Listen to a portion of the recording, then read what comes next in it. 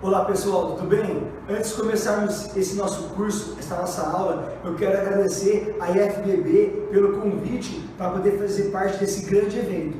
Eu sou o professor Rafael Carvalho, eu sou graduado em Educação Física, eu tenho pós-graduação em especialização pela Universidade Federal de São Carlos e sou mestre em Ciências pela USP na área de doenças crônico-degenerativas. E também agora faço doutorado também pela USP nessa mesma área, doenças crônico-degenerativas. E a nossa aula de hoje vai ser sobre um conteúdo muito interessante e muito importante que o profissional da área da saúde precisa cada vez mais entender, que é a obesidade.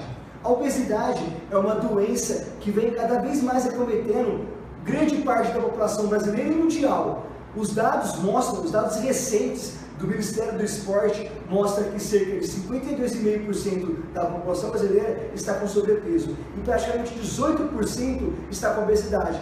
Então, se analisarmos isso, de cada 10 pessoas, 7 estão acima do peso, o que é essencial para podermos entender esse quadro clínico funcional, para podermos identificar a melhor abordagem para o tratamento do sobrepeso e da obesidade. Então, a nossa conversa, essa nossa aula vai ser sobre a fisiopatologia da obesidade, o que está envolvido na obesidade, porque nós precisamos olhar a obesidade de uma maneira muito mais ampla, muito mais aprofundada, para que possamos, através da nossa profissão, seja educação física, fisioterapia, nutrição, medicina, seja qual for a sua atuação, para que você possa fazer a diferença na vida das pessoas que você vai cuidar. Até porque a nossa profissão, ela só existe por um propósito, para poder contribuir na vida das pessoas. Então, que possamos entender o que está inserido no sobrepeso e na obesidade, para que possamos fazer a diferença na vida dessas pessoas que nós vamos atender, seja pela prescrição do treinamento físico, seja pela prescrição da alimentação, pela prescrição do medicamento, cada uma dessas áreas de componente, de competência para algum profissional específico, seja de educação física, fisioterapia, nutrição, medicina. Mas então vamos entender a fisiopatologia da obesidade, tá bom? Então vamos lá. Primeiramente, eu já quero trazer para vocês uma análise muito importante, muito essencial, que é o quê? Nós precisamos analisar o tecido adiposo muito além do que um simples depósito de gordura. Essa é a primeira análise. O tecido adiposo não é um simples depósito de gordura. Ao contrário, é um tecido altamente ativo. Por quê? Porque o tecido adiposo segrega diversas substâncias que são as adipocitocinas. E essas adipocitocinas vão influenciar diversas funções do organismo, como o balanço energético, como o metabolismo de carboidratos, proteínas, gorduras, como diminuição do gasto energético de repouso, como remodelamento vascular, como a pressão arterial, coagulação. Então é essencial entendermos. Então, o tecido adiposo ser sobrepesado ou obeso não é só questão de estética, porque existe essas adipocitocinas. Se não houvesse essas adipocitocinas, ser obeso, aí sim seria apenas questão de estética, mas não é, porque existem essas adipocitocinas.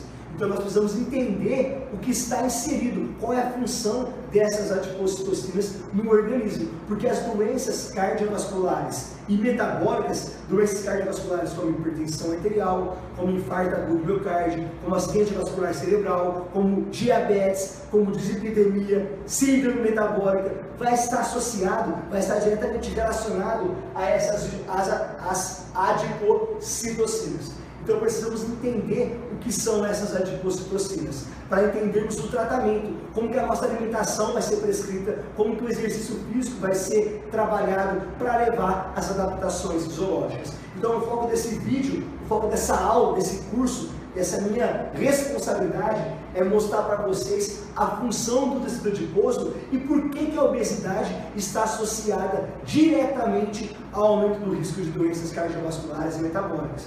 Uma análise que eu dava para vocês já é o infarto agudo do miocárdio e o acidente vascular cerebral ou encefálico são as principais causas de morte no mundo. Volto a repetir. Infarto agudo do miocárdio e acidente vascular cerebral são as principais causas de morte no mundo. Mata mais do que homicídio, mata mais do que acidente de trânsito, mata mais do que câncer. Por isso que é importante a gente entender o quadro, o que está envolvido nessas doenças. E essas doenças, como o infarto e o acidente vascular cerebral, está diretamente ligado à obesidade. E por quê? Devido às adipocitocinas. Então, começando, o que são adipocitocinas? São substâncias secretadas pelo tecido adiposo. Quais são elas? Nós temos diversas adipocitocinas, diversas, variadas. Eu vou mostrar para vocês algumas das principais e a função dela, para que você possa, através da sua alimentação, prescrição de treino ou medicamento, que é o médico, possa entender e agora trazer repercussão para o tratamento do seu aluno, do seu paciente, do seu cliente, para que você possa transformar a vida deles. Então vamos nessa, vamos juntos comigo nesse vídeo aqui, nessa aula aqui. Então vamos lá. A primeira adipocitocina que eu trago para vocês, para o nosso entendimento, é a leptina. Leptina. O que é a leptina? A leptina é uma adipocitocina secretada pelo tecido adiposo. E o que ela faz? Qual é a função dela? Regular o apetite, regular a ingestão de alimentos. E como que ela faz isso? Ela, por exemplo, inibe, vamos dizer assim, resumindo, ela inibe a fome. Como que ela faz isso? Ela inibe o neuropeptídeo Y e o ácido GABA.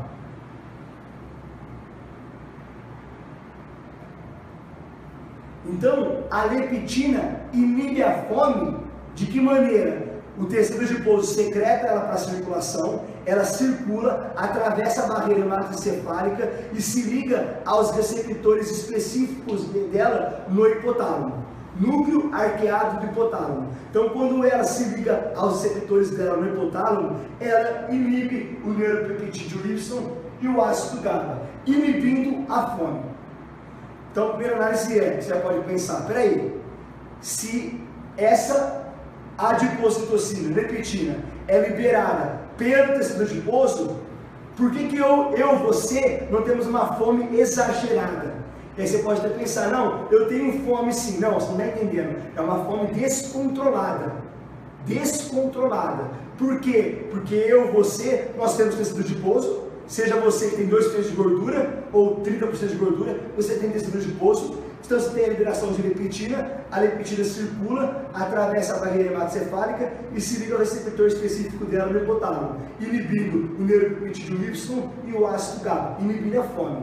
Então peraí, um obeso tem mais tecido adiposo, então tem mais liberação de leptina? Sim. Então não era para ter mais inibição de fome? Era. Mas muitas vezes a gente encontra obesos que eu vejo que tem mais fome. Claro que tem a parte comportamental, mas também tem a parte sistema nervoso. Por quê? Porque esse cara, apesar de ter mais leptina circulante, por ter mais leptina circulante, eu tenho o que a gente chama de down regulation, diminuição dos receptores de leptina. Então, um exemplo para poder entender melhor isso que eu acabei de falar. Por exemplo, eu, como não sou obeso, tenho secreção de leptina. Então, eu tenho, sei lá, 10 leptinas circulantes, 10 leptinas vão lá e se ligam a 10 receptores no meu hipotálamo e inibem a minha fome. O obeso, como tem mais tecido adiposo, secreta muito mais leptina, 20, 30, 1000 leptinas. Então, beleza. Como tem muito mais leptina circulante, eu vou ter um mecanismo de compensação do organismo. O que acontece? Eu diminuo os receptores de leptina no hipotálamo. Então o obeso, ele vai ter um down regulation de receptores de leptina. Então vai ter agora menos leptina para se ligar ao receptor. Por mais que eu tenha agora 1000 leptina circulante no obeso, eu tenho menos receptores. Então menos leptina pode se ligar, porque agora tem menos receptores. E mesmo as leptinas que se ligam aos receptores que ainda continuam, eu tenho um mecanismo de comunicação errado. Eu não tenho mecanismo de ação acontecendo. Então o obeso, ele tem um quadro de resistência à leptina. Esse é o quadro do obeso. Então o obeso, ele pode encontrar um cenário que ele vai ter mais fome, fome descontrolada, e não só pela parte comportamental, que ele gosta de comer, mas sim pela parte sistema nervoso. E você precisa entender isso para poder agora trazer um consolo, vamos dizer assim, para o seu aluno, que muitas vezes está angustiado de não entender por que ele não consegue parar de comer. Por que ele tem uma fome exagerada? Você trazendo para ele uma análise, ele inclusive agora pode se angustiar menos. Ele agora pode entender o que está acontecendo com ele. Você pode trazer para ele um olhar mais humano e simplesmente deixar no gerar que ele só quer comer porque ele quer comer. Não pode estar envolvido no sistema nervoso isso. Por exemplo, esse obeso tem resistência à leptina. E como que eu vou agora trazer o tratamento? Eu vou ter que emagrecer. Tá bom? Essa é uma das adipocitocinas. Vamos para a outra. Uma outra adipocitocina que nós temos, que o obeso vai vivenciar de maneira mais marcante, é o que a gente chama de angiotensina 2. Angiotensina 2. Quem é a angiotensina 2? Vamos lá. É preciso que a pressão arterial fique o tempo todo regulada. Eu não posso ter uma pressão arterial aumentada de maneira crônica, porque senão eu tenho hipertensão arterial. E a hipertensão arterial é uma das principais causas do infarto e do acidente vascular cerebral. Então, pressão alta de maneira crônica, hipertensão, não posso ficar. Só que em contrapartida, pressão muito baixa também não posso ficar. Por quê? Porque a pressão muito baixa diminui o fluxo de sangue para os tecidos. Então, quando a pressão arterial diminui o fluxo de sangue para os tecidos. Então, de novo, não pode pressão muito alta, mas também não pode pressão muito baixa, senão diminui o fluxo de sangue para os tecidos. Tecidos importantes não suportam ter menor fluxo de sangue. E por que a pressão arterial dessa pessoa diminuiu? Pode estar acontecendo agora com você e você nem percebeu. É uma resposta que pode ser fisiológica. Como a sua pressão arterial diminuiu, o organismo agora vai encontrar uma resposta, uma maneira de elevar novamente essa pressão. E por quê? Porque como agora a pressão arterial diminuiu e o fluxo de sangue para os tecidos diminuiu, eu vou ter, por exemplo, o rim.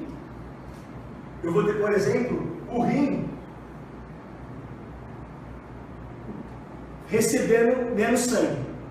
O rim não suporta isso.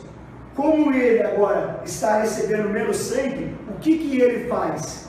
Ele vai e secreta para o sangue uma proteína, que é a renina. Quando que o rim vai secretar a renina? Quando a pressão arterial diminuiu e agora ele recebeu menos fluxo de sangue. Isso pode estar passando com você agora, nesse momento, e você nem percebeu. Isso aqui, ou seja, é fisiológico, é normal, para poder voltar a aumentar a pressão e poder voltar agora a restabelecer o fluxo de sangue para os tecidos. Então, se o rim estivesse recebendo sangue normal, porque a pressão arterial estava normal, ele estaria armazenado, essa renina, aqui dentro, nas células justaglobulares do rim, na forma inativa, pró-renina, tá bom? Mas como a pressão arterial diminuiu, e por isso diminuiu o fluxo de sangue, ele vai secretar a renina para o sangue. A renina começa a circular e ela vai e converte uma proteína que o fígado produz, que é o angiotensinogênio, converte o angiotensinogênio em angiotensina 1. Angiotensina 1. Você pode perguntar, por que está acontecendo esse mecanismo? Para voltar a restabelecer o fluxo de sangue. É esse o mecanismo. É essa a intenção. Porque diminuiu o sangue para o rim. E por quê? Porque a pressão arterial diminuiu. O rim está fazendo um mecanismo que quer voltar a aumentar a pressão arterial. Então ele secretou a renina para o sangue. essa menina foi e converteu angiotensinogênio, que é uma proteína secretada pelo fígado, em angiotensina 1. A angiotensina 1 tem pouco efeito no sistema circulatório, mas ela começa agora a circular e passa por um órgão, que é o pulmão. Ela passa pelo pulmão. E no endotélio, na parede do vaso sanguíneo do pulmão, nós temos uma importante proteína, que é a enzima conversora de angiotensina. Quem é a enzima conversora de angiotensina? É uma proteína presente no vaso sanguíneo do pulmão, que quando passa a angiotensina 1 pelo pulmão ali, a enzima conversora de angiotensina converte a angiotensina 1 em, então passou por ali, e agora converte a angiotensina 1 em angiotensina 2. Angiotensina 2. E por que aconteceu isso? Porque agora essa angiotensina 2 vai elevar a pressão arterial para restabelecer o fluxo de sangue para todos os tecidos, como o rim e como o próprio sistema nervoso. Como que a angiotensina 2 vai aumentar a pressão arterial? Através dos dois mecanismos que atuam sobre a pressão arterial. E quais são eles? Vou pôr aqui no canto. Vamos lá. A pressão arterial é controlada por dois mecanismos.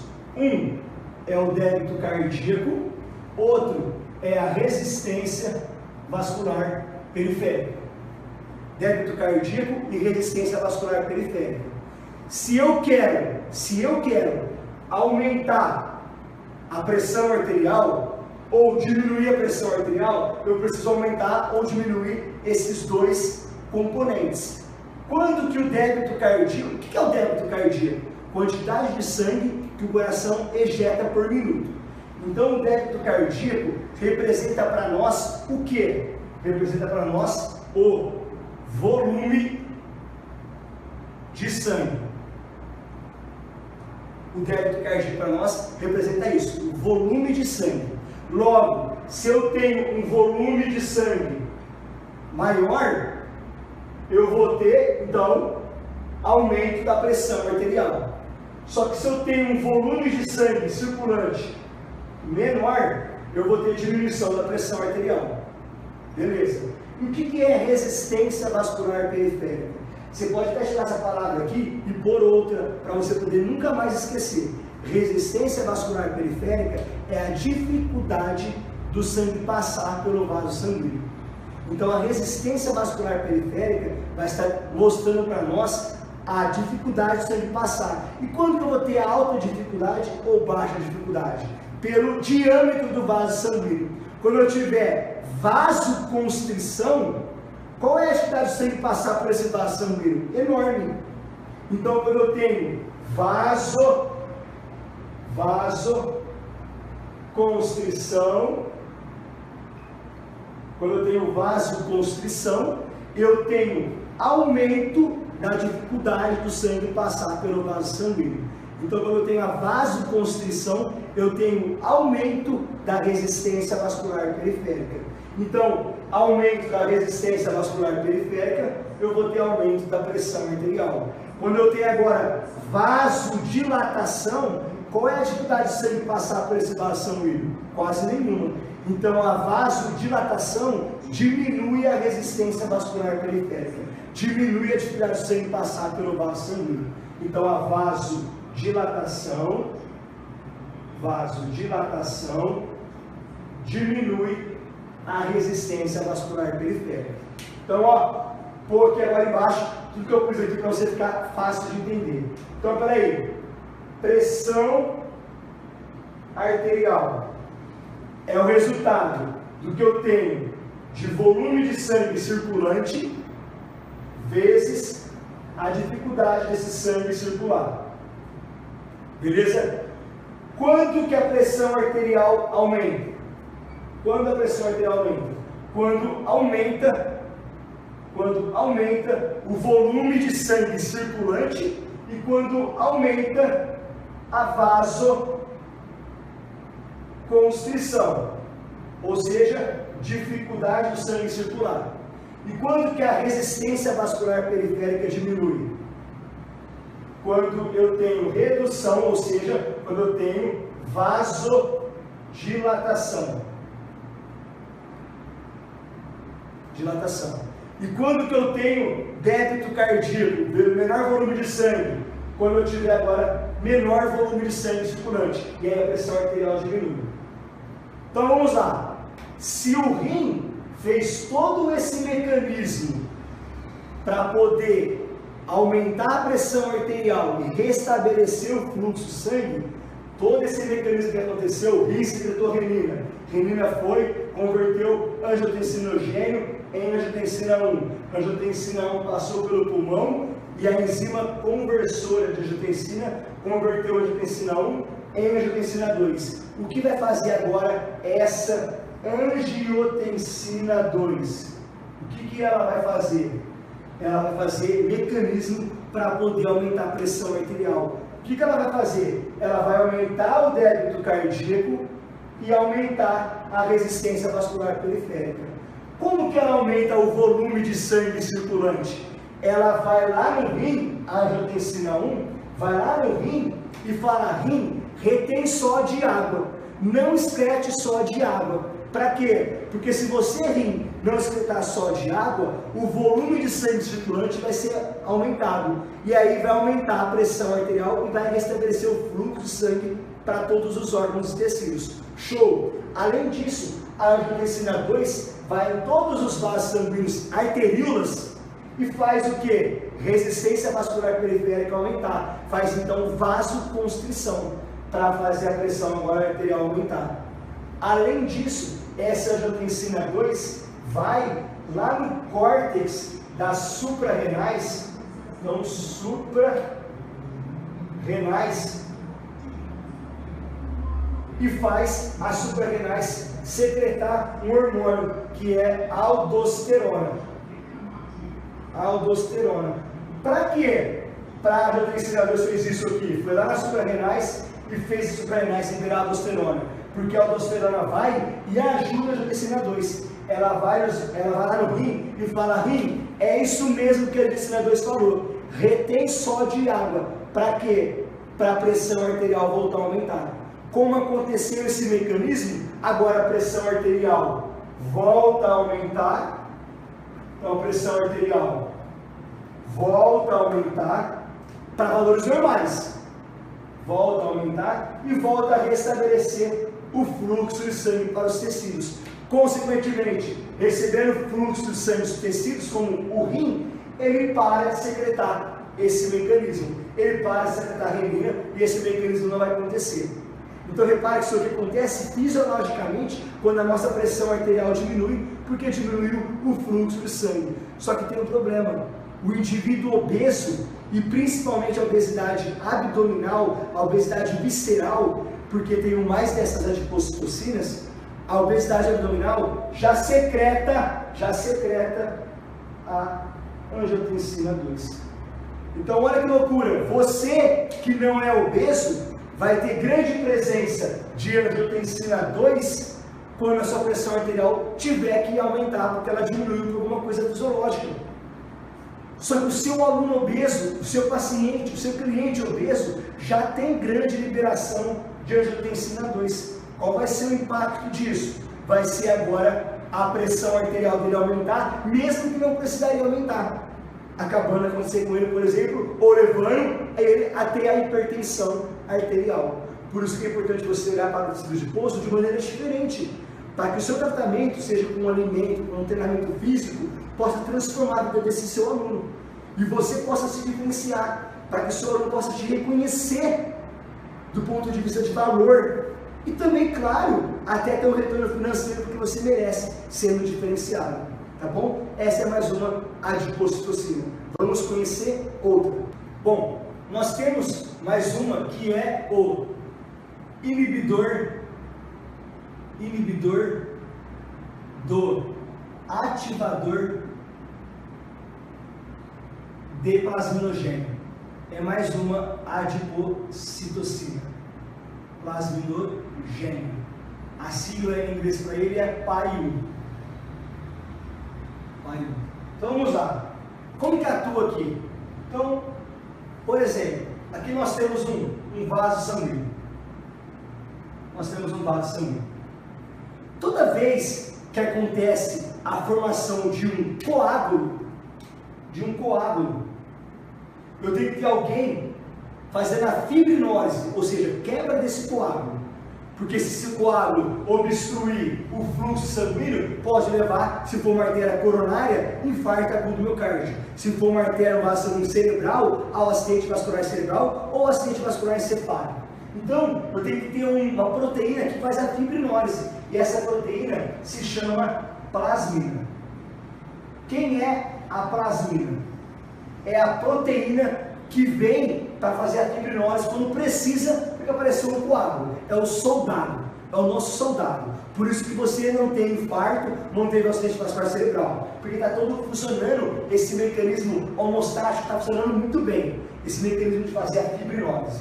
Mas, para aparecer esse soldado, que é a plasmina, é preciso que a proteína plasminogênio, que foi secretada pelo fígado, seja convertido em plasmina. Então, o que nos importa, de maneira mais marcante, é a plasmina. Ela que é o soldado. Mas para poder aparecer esse soldado, é preciso que o plasminogênio seja convertido em plasmina. E quem faz essa conversão? É uma proteína, uma enzima, que o próprio vaso sanguíneo secreta. Porque, mais do que todo mundo, o próprio vaso sanguíneo quer que aquilo ali fique tudo limpinho, tudo certinho. Então, o endotélio do vaso sanguíneo secreta a proteína que é o ativador de plasminogênio.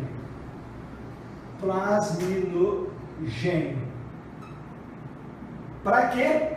Para agora converter o plasminogênio em plasmina. Esse é o mecanismo fisiológico normal que acontece. Porém, pessoas com obesidade, principalmente a visceral, volto a repetir isso, o tecido adiposo periférico não é tão impactante nessas adipocitocinas como o tecido adiposo visceral. Por isso que a análise que você precisa fazer é da obesidade abdominal. E você pode usar como referência a circunferência abdominal. Depois você vai mandar um e-mail para eu te encaminhar todo o material que aborda sobre isso, inclusive diretrizes, revisões sistemáticas, meta-análises, mostrando o impacto da análise da circunferência abdominal com risco de mortalidade. Porque quanto maior a circunferência abdominal, maior o risco dessa obesidade abdominal e dessas adipocitocinas inflamatórias. Tanto que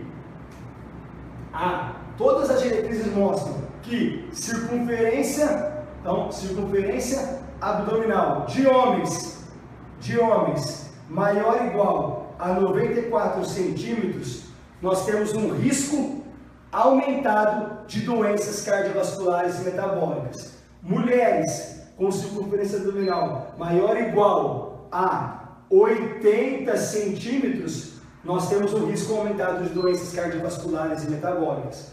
Homens agora com circunferência abdominal maior ou igual a 102 centímetros e mulheres maior ou igual a 88 centímetros, nós temos um risco substancialmente aumentado de doenças cardiovasculares e metabólicas. Essa é uma análise que você pode fazer. Rafael, quer dizer que se meu aluno tiver com esses valores aqui, ele vai ter um infarto, ele vai ter acidente vascular cerebral? Você não pode dizer isso, mas você pode dizer que tem um risco aumentado ou substancialmente aumentado, ou seja, muito alto de ter doenças cardiovasculares e metabólicas. Isso é importante para você poder já analisar que provavelmente, se tiver principalmente nesses valores aqui, o seu aluno, seja homem ou mulher, o nível dessas adipocitocinas inflamatórias provavelmente vai estar muito alto, tá bom? É importante você analisar tudo isso. Então vamos voltar agora aqui. Por que o cara é obeso? Porque ele tem obesidade abdominal, eu vou ter mais diversas adipocitocinas inflamatórias. como, por exemplo, o inibidor do ativador de plasminogênio.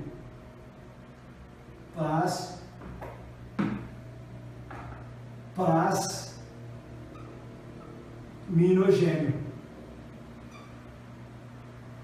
Então, como eu tenho o tecido adiposo visceral secretando mais adipocitocinas, como o inibidor do ativador de plasminogênio, o que vai acontecer? O que vai fazer essa adipocitocina, inibidor do ativador de plasminogênio? Vai inibir o ativador de plasminogênio. Logo, eu não vou ter mais a conversão de plasminogênio em plasmina. E se agora não vai aparecer mais a plasmina, porque eu não vou ter o ativador de plasminogênio convertendo plasminogênio em plasmina, o que vai acontecer? Agora, quem vai fazer agora a fibrinose daquele coágulo que está aparecendo ali? Não vai ter. Então, eu vou ter diminuição disso. E aí eu posso ter risco aumentado de ter um infarto ou um acidente vascular cerebral. Mais uma adipocitocina para você conhecer, reconhecer e ver como que seu tratamento físico, a sua alimentação vai modificar esse perfil metabólico, imunológico, inflamatório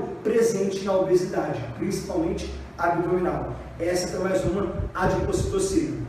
Uma outra adipocitocina que nós temos é a resistina. Então eu vou pôr aqui no canto. Resistina. Resistina é uma outra adipocitocina que nós temos. Como que atua aqui? Vamos entender o mecanismo. Bom, aqui vai ser o elo da obesidade com diabetes. Então, o aumento da resistina está associado com o aumento da resistência à insulina e diabetes. Como que atua o mecanismo aqui? Vamos lá. Então, vamos imaginar que você comeu algum alimento. Carboidrato. Então, a amilase salivar começa a quebrar esse carboidrato, da boca vai para o estômago, do estômago para o intestino, e no intestino nós temos enzimas específicas que continuam a quebra desse carboidrato, a amilase pancreática. Quebrou esse carboidrato, agora entra para o sangue a glicose. A glicose entra para o sangue.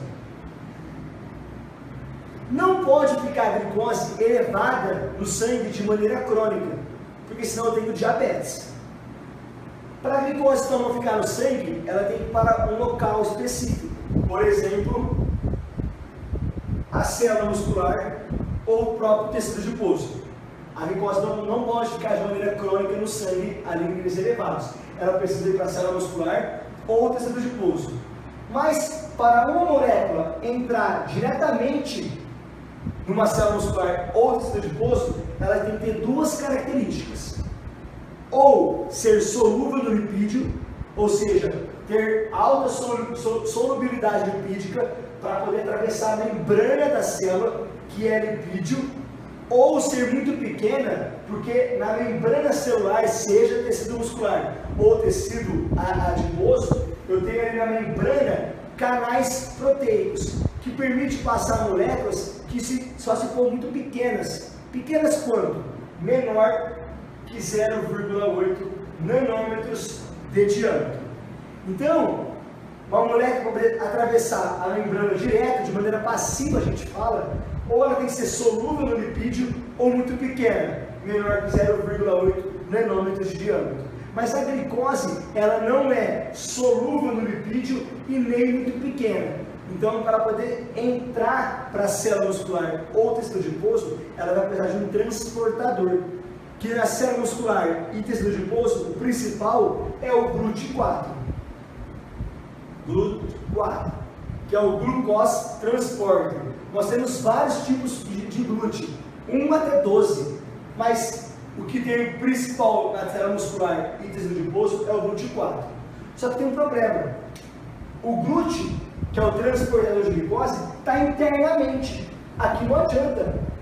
Para a glicose poder entrar, ele precisa se translocar até a membrana da célula. Então, como que isso vai acontecer? O glúteo precisa ser informado que está cheio de glicose aqui no sangue. Como que ele vai ser informado? Quando essa glicose é elevada, começa a circular pelo sangue, ela passa por um órgão. que é o pâncreas. Quando essa glicose passa pelo pâncreas, as células beta do pâncreas identificam que tem glicose elevada e secreta um hormônio para o sangue. Que hormônio que é esse? O hormônio insulina. Secreta o hormônio para o sangue, insulina. A insulina não pega a glicose, ela viaja de maneira livre. Essa insulina vai e se liga a receptores específicos presentes na célula muscular e tecido adiposo. Então, quando a insulina vai e se liga agora ao seu receptor, uma cascata de reações acontece até informar ao GLUT4. O GLUT4 vai lá para a membrana porque está cheio de glicose no sangue. Então, o GLUT4 se transloca. Então, o GLUT4 se transloca para quê? Para agora a glicose poder entrar. Essa é a resposta fisiológica normal que acontece. No diabético tipo 1, as células beta do pâncreas foram destruídas, doença autoimune. O sistema imunológico olhou para as células beta e falou: você não me pertence. E produziu anticorpos que foram lá destruindo as células beta do pâncreas. Logo, não vai ter o pâncreas liberando insulina para o sangue para se ligar ao receptor dela e ativar o GLUT4. Então, esse indivíduo vai ter que fazer uso de insulina exógena. E o que é o diabetes tipo 2?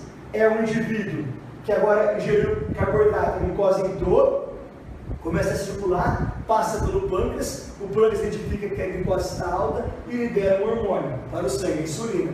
A insulina vai, começa a circular e se liga ao receptor dela. Só que acontece um problema. A insulina vai e se liga, mas não tem a cascata da insulina sendo ativada. O mecanismo não aconteceu. Logo, não vai ter translocação de GLUT4 ou vai ter em menor magnitude. Se não for ter translocação de GLUT4 para a membrana, vai ficar a glicose elevada no sangue. E agora a glicose elevada no sangue vai levar ao diabetes. Isso vai trazer uma série de problemas. Pode ter uma pergunta, você ter uma pergunta tipo o quê? Por que não pode ter alto nível de glicose no sangue?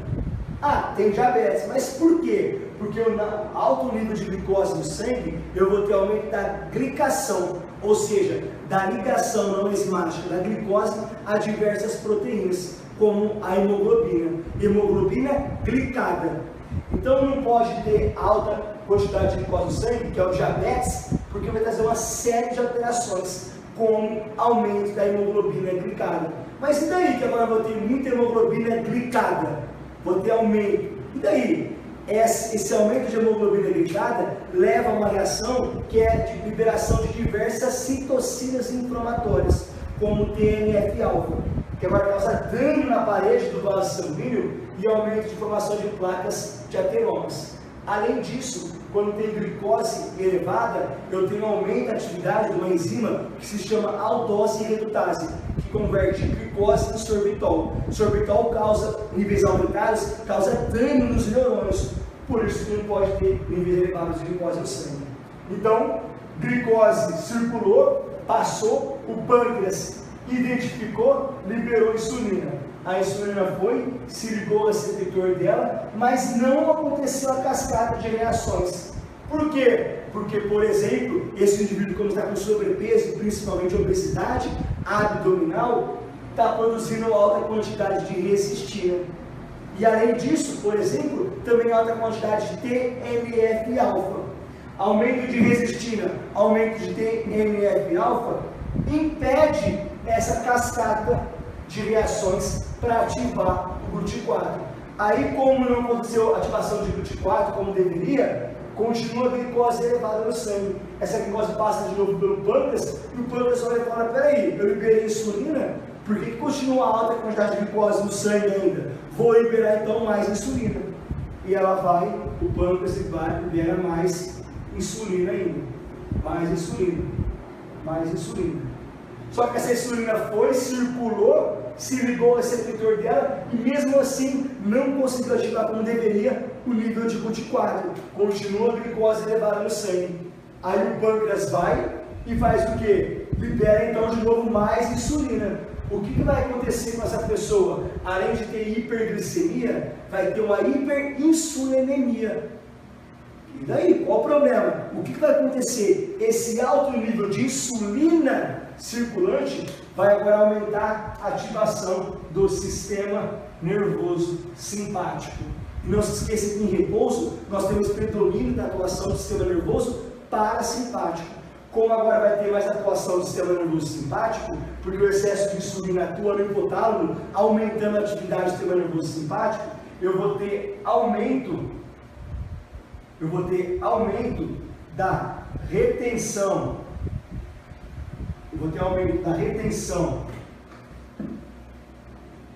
De sódio e água,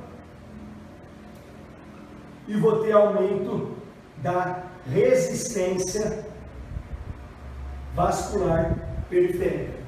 Então repara isso, porque agora o sistema nervoso simpático está atuando mais que não deveria, mas está atuando porque eu tenho agora excesso de insulina circulante, eu vou ter aumento da retenção de sódio e água e aumento da resistência vascular periférica. O que vai desencadear isso?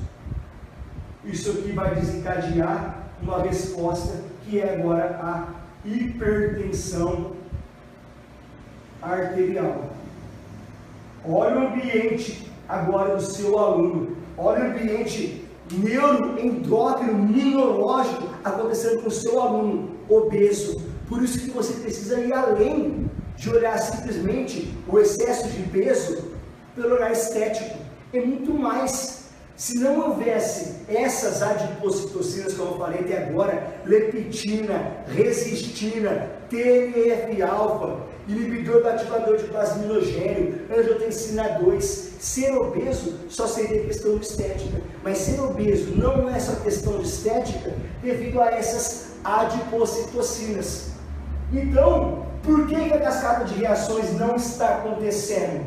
Porque como o cara tem obesidade principalmente abdominal, ele tem aumento da secreção de resistina e TNF-alfa. Logo, a cascata de reações não acontece. Aqui são uma série de reações que a gente chama de cascata da insulina, mas é insulina se ligando ao receptor, ativa a tirosina quinase, que depois ativa o substrato do receptor de insulina, depois fosfatidilnositol 3 quinase, depois fosfatidilnositol 1, 2, 3 trifosfato, depois fosfoinositide dependente, depois AKT e aí GUT4. Mas você não precisa de gravar nada dessas respostas, e sim só de saber que é a cascata de insulina. Então, o excesso de adipocitocinas está diminuindo a resposta da cascata de insulina, tá bom? Então é importante você saber disso, para que você possa promover o quê? Através do seu treino e da sua alimentação, adaptações fisiológicas, ou seja, mudanças que agora vão permitir o aumento dessa captação de glicose. Já vai analisando quais são as adaptações fisiológicas que o seu treino, que a sua alimentação precisa fazer. Para fazer o quê? Para mesmo ainda tendo adipocitocinas, eu ter aumento dessa comunicação da insulina para ativar o GUT4. Uma dessas adaptações que você vai poder fazer é aumentar o quê? Receptores de insulina, aumentar a expressão de GUT4. Essas são algumas, não é o foco dessa nossa aula de hoje, e sim conhecer a fisiopatologia envolvido nessa obesidade, tá bom? Então, com o conhecimento de algumas dessas adipocitocinas, como eu falei agora, leptina, resistina, TNF-alfa, interleucina 6, que eu não entrei no foco, mas tem também. Então, angiotensina 2, inibidor do ativador de plasminogênio. Você pode entender e já perceber que o tecido adiposo é muito mais amplo do que um simples depósito de gordura. Essas adipocitocinas que vão levar às doenças cardiovasculares e metabólicas. Então você precisa levar o quê? Ao emagrecimento. Você precisa levar seu paciente, seu aluno, seu cliente ao emagrecimento. E como que você emagrece uma pessoa? Promovendo adaptações fisiológicas que vão aumentar a metabolização de gorduras. Metabolização de gorduras.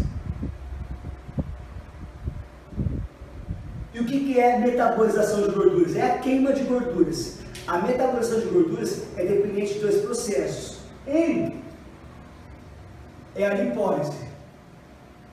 O que é a lipólise?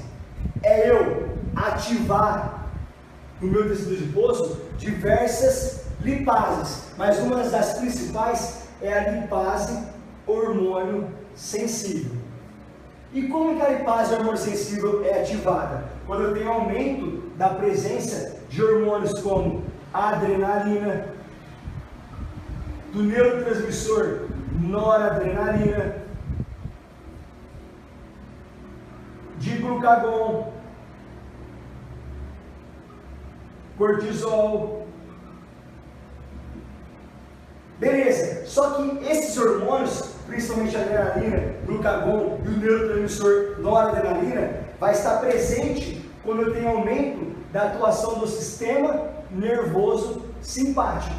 Mas em repouso, nós temos a atuação principalmente do sistema nervoso parasimpático, que secreta um neurotransmissor, que é a acetilcolina. Por isso que fica em repouso não tem grande nível de metabolização de gorduras, porque não vai ter grande nível de lipólise. Mas quando eu tenho atuação do sistema nervoso simpático, eu vou ter presente nisso, no treinamento físico, no exercício, ou em dietas com restrição calórica, eu vou ter aumento também disso, eu vou ter mais lipólise. Então, a forma que a gordura é armazenada no tecido adiposo é a forma de triglicerídeo. O que são triglicerídeos? São 3 moléculas de ácido graxo e uma de glicerol. Então, quando acontece a ativação da lipase hormônio sensível, esses ácidos graxos são liberados para o sangue. Ácidos graxos.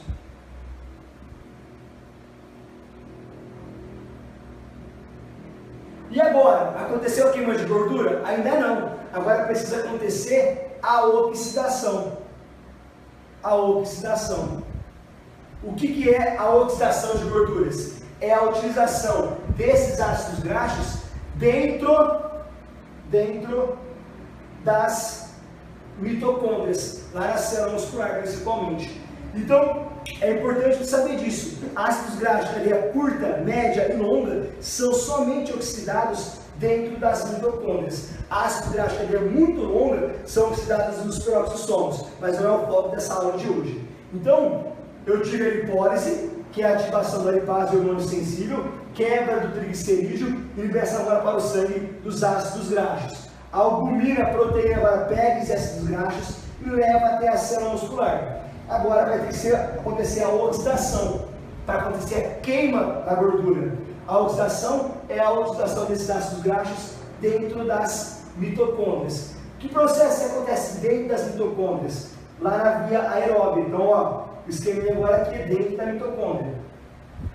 Dentro da mitocôndria acontece primeiramente o ciclo de Krebs, depois a cadeia transportadora de elétrons, que no final forma o ATP, ou seja, oxidou aquela energia, o ácido graxo.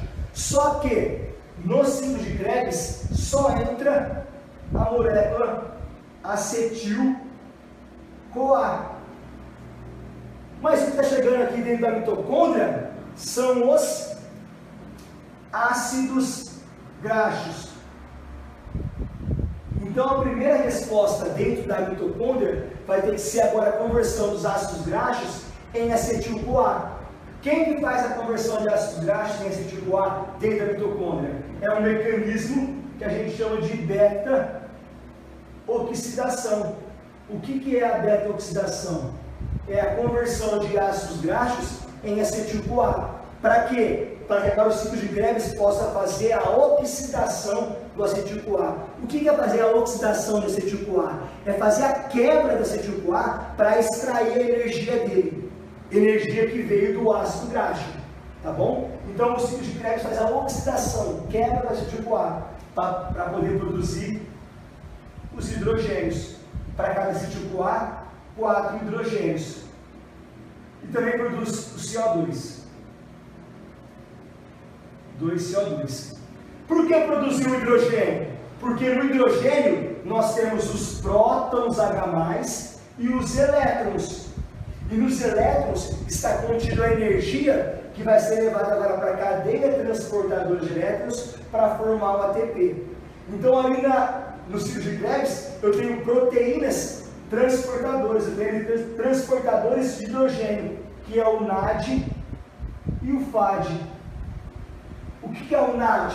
Nicotinamida, adenina, dinucleotídeo. E o FAD? Flavina, adenina, dinucleotídeo. São o que? Transportadores de hidrogênio. Pegam esses hidrogênios e levam para a cadeia transportadora de elétrons. Lá na cadeia transportadora de elétrons, eu tenho citocromos, que são proteínas, que agora vão formar o ATP. Isso acontece na via final, na ATP sintetase, forma ATP. Agora aconteceu a oxidação de gorduras. Por que eu mostrei isso para vocês? Porque se você quiser emagrecer o seu aluno, o seu cliente, o seu paciente, você vai ter que fazer alterações e adaptações fisiológicas que vão permitir o aumento da metabolização de gorduras, não durante o exercício, não logo após o exercício, e sim durante a maior parte do dia.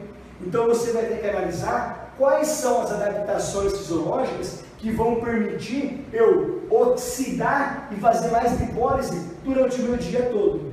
E algumas dessas adaptações que você pode analisar é fazer, já que as mitocôndrias é o local onde acontece a oxidação de gorduras, se você agora aumentar o número de mitocôndrias, resposta que a gente chama de biogênese mitocondrial, você vai ter agora a possibilidade de oxidar mais gorduras. O que mais? Dentro das mitocôndrias o processo acontece, primeiramente a beta-oxidação. A beta-oxidação é controlada por atividade enzimática. Tanto que se você aumentar a atividade dessas enzimas da beta-oxidação, a via fica mais rápida. Assim também como aumentar a atividade das enzimas do ciclo de Krebs e da cadeia transportadora de elétrons. No ciclo de Krebs tem várias enzimas ali principais, como a citrato sintase, isocitrato desidrogenase. E na cadeia transportadora de elétrons, os citocromos. Então, se você fazer biogênese mitocondrial, aumenta a atividade das enzimas da beta-oxidação, do ciclo de Krebs, da cadeia transportadora de elétrons. O que mais? Como que esse ácido graxo chega agora para a célula muscular? Por caminhos, vasos sanguíneos. Mas se você vai fazer angiogênese, ou seja, aumento de capilares, contribui para que o aporte de ácidos graxos seja maior.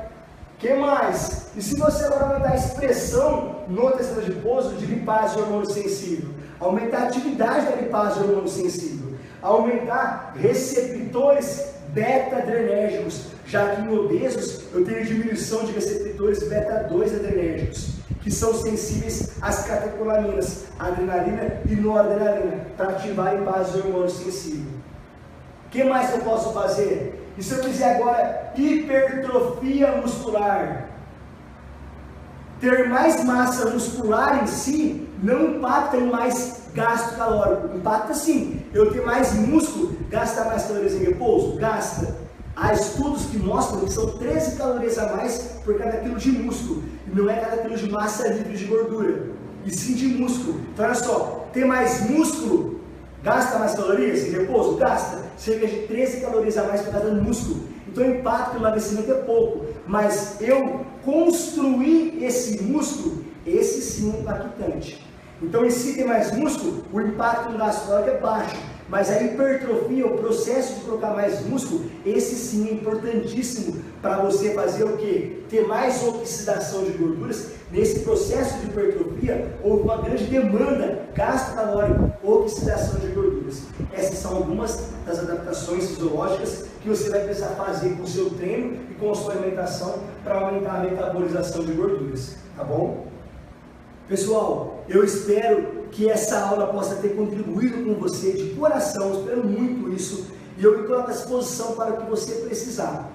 Que possamos fazer da nossa profissão, seja ela qual for que você tem, seja educação física, fisioterapia, nutrição, medicina, farmacologia, farmácia, seja qual for, mas que você possa usar da sua profissão para fazer a diferença na vida das pessoas. Esse é o intuito, esse é o propósito, é por isso que existe a sua profissão.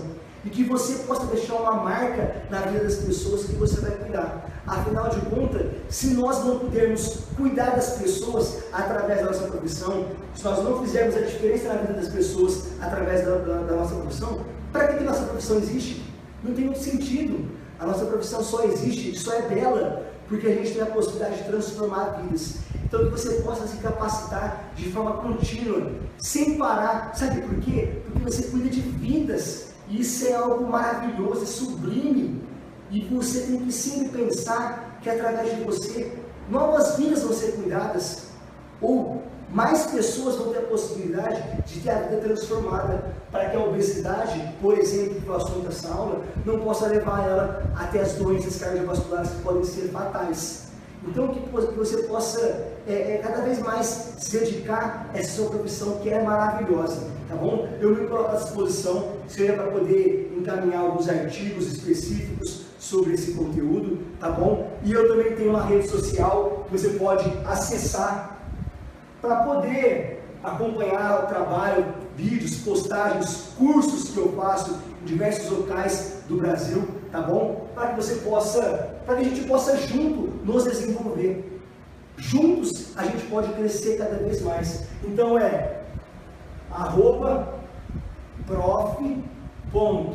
Rafael Carvalho, você me acha tanto na página do Facebook como na página do Instagram. Então @prof.rafaelcarvalho com PH, você me acha no Facebook e Instagram. E o e-mail é rafaelstcarvalho@gmail.com. Pessoal, muito obrigado mesmo, e eu estou à disposição para que possamos crescer, para que possamos evoluir, tá bom? Estamos juntos nessa, em prol de fazermos a diferença na nossa vida e na vida das pessoas, para que a nossa vida valha a pena ser vivida, para que tudo que a gente faça possa deixar uma marca na vida das pessoas que nós cuidamos. Um grande abraço!